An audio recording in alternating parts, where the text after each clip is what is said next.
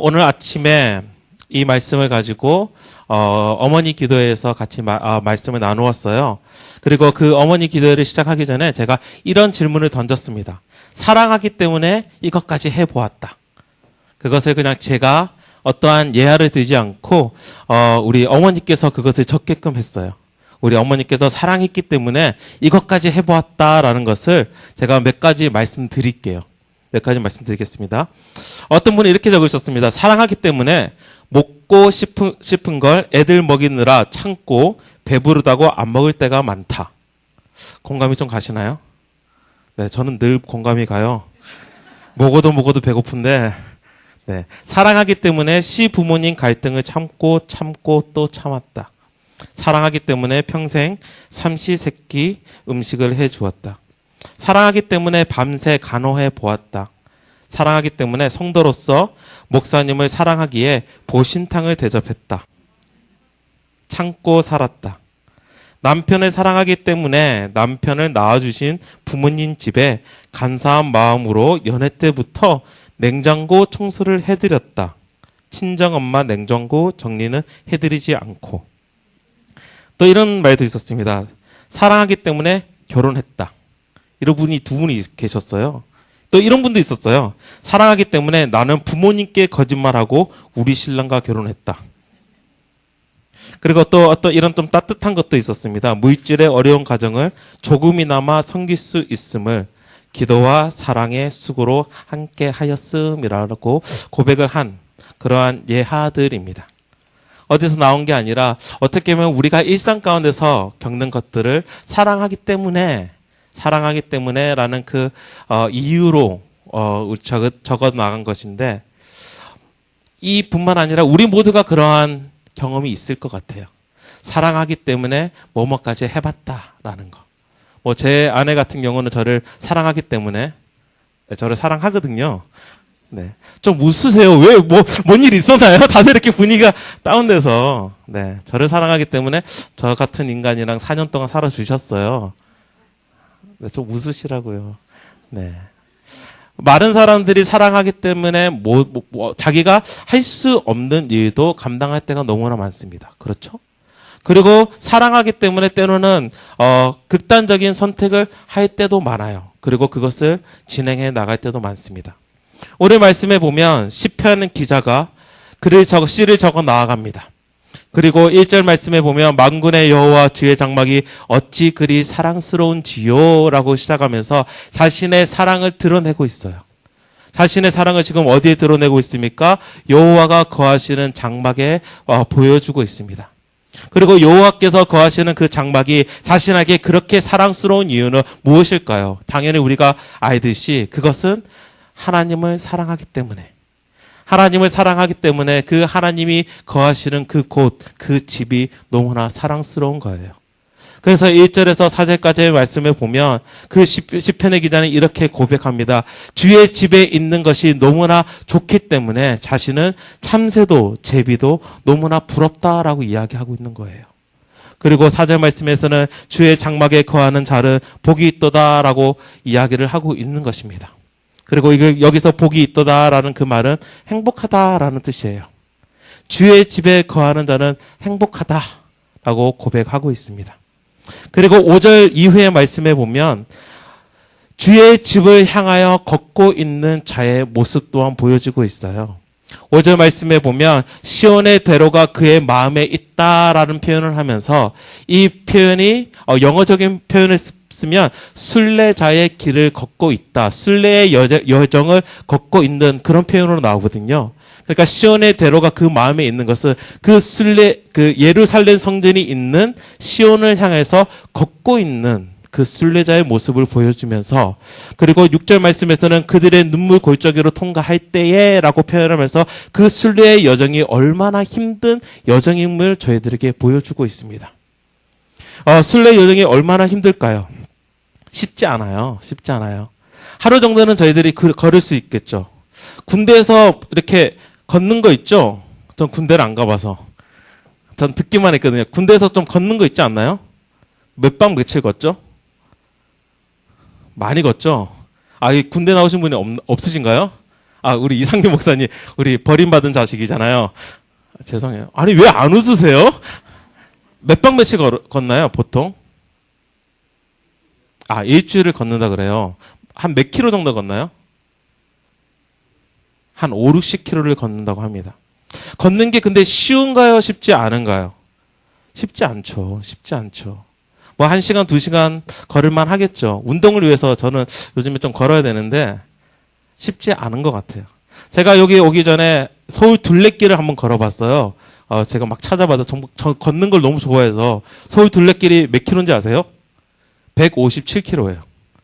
157킬로를 8코스로 해가지고 이렇게 나눠줬는데 하루에 한 코스씩 이렇게 끝낼 수 있도록 잘 준비해 놨어요. 그리고 마지막 코스는 이제 북한산 둘레길을 같이 걷는 건데 한 이틀 정도라고 생각하면 됩니다. 그런데 첫 코스를 제가 걷고 나서 한 일주일 동안 누워 있었습니다. 무릎이 정말 아작날 것 같은, 네, 아작이라는 단어 아시죠? 네. 그런 느낌이 들어가지고, 근데 일주일 쉬고, 다시 2코스 걷고, 한 4일 쉬고, 3일 쉬고, 다시 3코스, 걷고.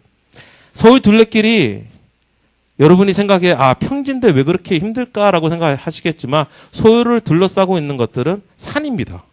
그래서 산길들이 많아요. 그러니까 오르락 내리락 하면서 계속 걷는 거예요. 죽으라고. 제가 정말 힘들면 정말 땅만 보고 3시간을 걸은 적이 있어요. 너무 힘들어서. 그냥 땅만 보고 그냥 이렇게 3시간 걷고 나니까 그때 정상이 보이더라고요. 그런데 정상이 올라갔으면 어떻게 해야 되죠? 또 내려가야죠. 쉽지 않는 거리입니다. 한 가지 더 쉽지 않다는 것을 말씀드리기 위해서 에티오피아 선교를 갔을 때 에티오피아도 약간 약간 기독교가 오래전부터 들어간 곳이에요. 그래서 그곳에서도 순례의 길을 간 사람이 있었습니다. 근데 그 순례의 길은 가는 데만 3,500km? 왕복을 치면 7,000km예요. 뭐 하루에 7km씩 걷는다고 그래도 1,000일이 걸리고 그런가요? 그렇죠.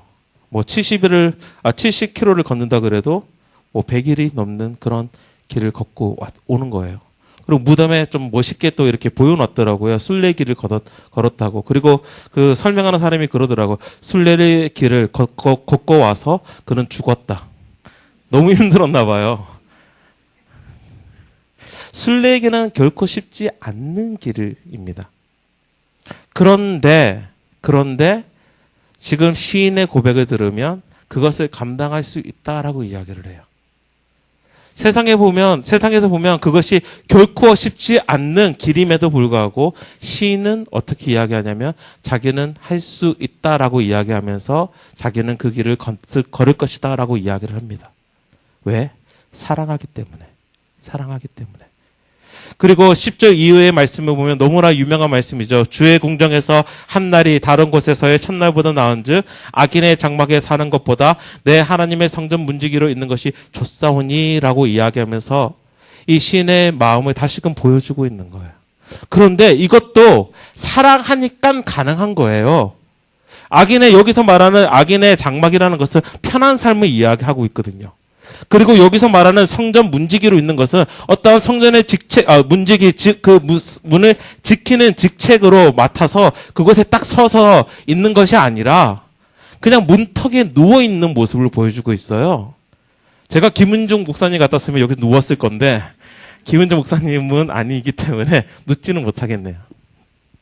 성전이 들어가지도 못하고 그냥 성전 문턱에 누워있는 모습이 누워있는 게 지금 더 좋다라고 이야기를 해요. 그런데 앞에서 무슨 표현이 나오죠?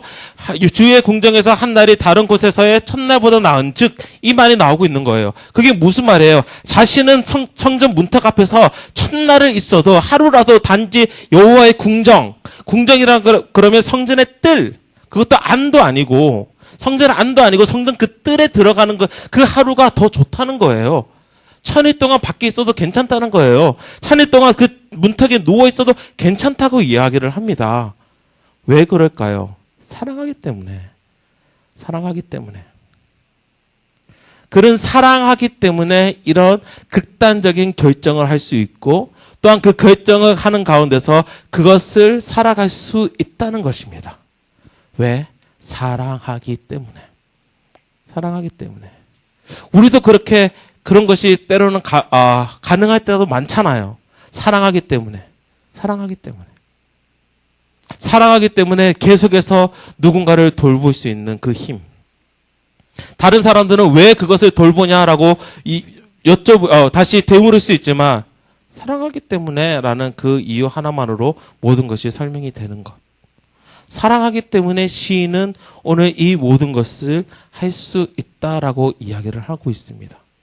그런데 오늘 말씀을 읽으면서 제가 여러분께 나누고 싶은 것은 이 시인이 가지고 있는 사랑하는 마음을, 그렇기 때문에 우리도 무슨 일을 할 때 그 사랑하는 마음을 가지고 해야 된다라고 말해드리기보다는 왜 이 시인이 사랑하는 마음을 가질 수밖에 없는지를 좀 나누고 싶어요. 왜 시인이 남이 볼 때에 왜 그런 일까지 하느냐? 왜 참새가 제비가 부러우냐? 왜 순례의 길을, 정말 눈물의 골짜기라고 이야기할 수 있는 그 순례의 길을 걸어가려고 하느냐? 왜 하나님의 성전에 들어가지도 못하면서 그 문턱에서 천일 동안 그냥 들은 누워서 지내려고 하느냐? 시인이 왜 그렇게 행동을 하고 있습니까?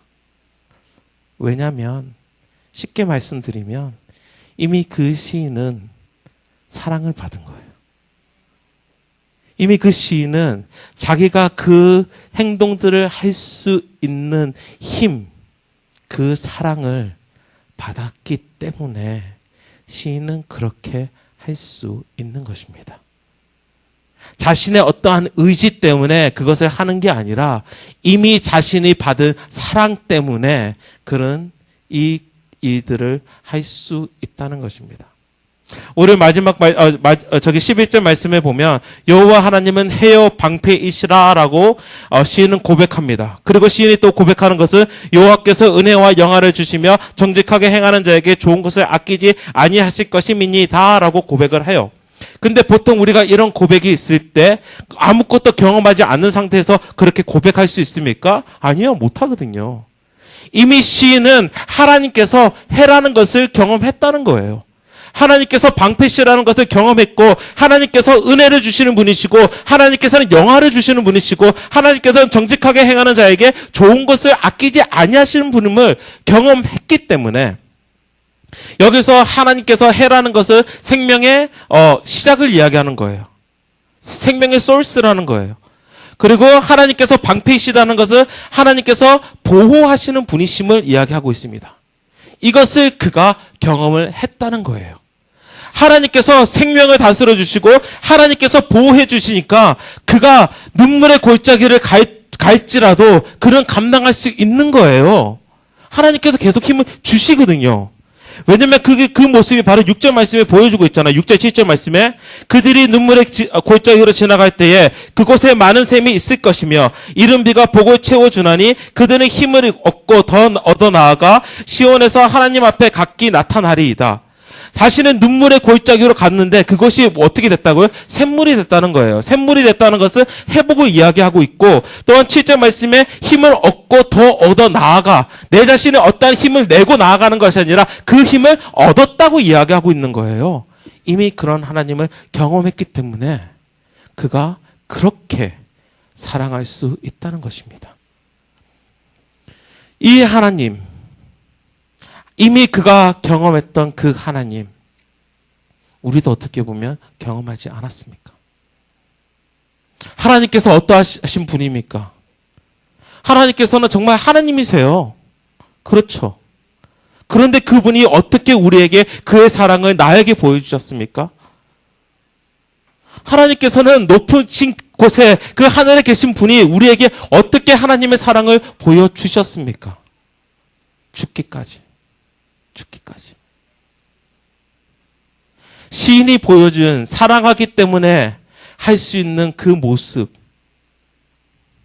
이해가 안 간다면 하나님께서 나를 사랑하기 때문에 보여준 그 모습은 정말 이해가 할 수 없습니다.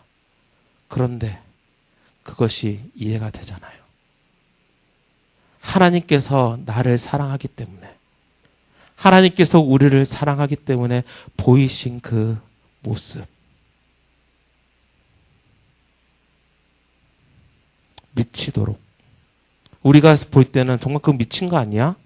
라고 이야기할 수 있는 그 모습을 자기 자신이, 하늘의 왕이, 온 세계의 창조주 그 만왕의 왕께서 사랑하기 때문에 자기 자신을 사랑하는 자를 위해서 십자가에 내어주시고 죽기까지 하시는 그 사랑을 우리는 받았다는 것입니다. 그렇기 때문에 우리는 세상에 볼 때 말도 안 되는 그 사랑을 할 수 있는 거예요. 의지적으로 하는 사랑은 끝이 있습니다. 그렇지 않나요? 내가 뭔가를 사랑해 보려고 그러면 끝이 있어요. 그리고 내가 누군가를 사랑하려는 그 모습 또한 끝이 있습니다. 특히 원수를 생각하면 그것이 더욱더 강하게 느껴져요. 어떻게 저런 인간을 사랑하나? 근데 하나님이 우리를 보실 때, 사실 하나님 보실 때 우리는 어떻게 저런 인간이 바로 저잖아요. 근데 그 사랑을 보여주세요. 그리고 그 하나님은 영원하신 하나님이시기 때문에 끝이 없으신 분이시고, 결국은 하나님의 사랑은 끝이 없는 것이고, 그리고 그 사랑이 나에게 옴으로써, 그리고 그 사랑을 흘러내므로써 우리의 사랑이 어떻게 보면 끝이 있는 것이 아니라, 제한적인 것이 아니라 끝이 없는 영원한 사랑이 될 수 있다는 것입니다. 왜? 우리는 그 사랑을 이미 받았기 때문에. 시인 내 모습 참 멋있게 보이는데, 어떻게 보면 그 모습 가운데서 보이는 하나님의 그 사랑은 너무나 대단해 보입니다. 그리고 그 사랑을 나는 오늘 받았고, 오늘도 나의 삶 가운데서 그 사랑이 우리를 인도하고 보호하고 있다는 것을 우리가 잊지 말았으면 좋겠습니다. 우리가 찬양 가운데서 마지막으로 불렀던 찬양이 있어요. 보라, 너희는 두려워 말고 보라, 너희를 인도한 나를. 보라, 너희는 지치지 말고 보라, 너희를 구원한 나를. 너희를 치던 적은 어디 있느냐? 너희를 억누르던 원수는 어디 있느냐? 보라, 하나님 구원을, 보라, 하나님 능력을, 너희를 위해서 싸우시는 주의 손을 보라.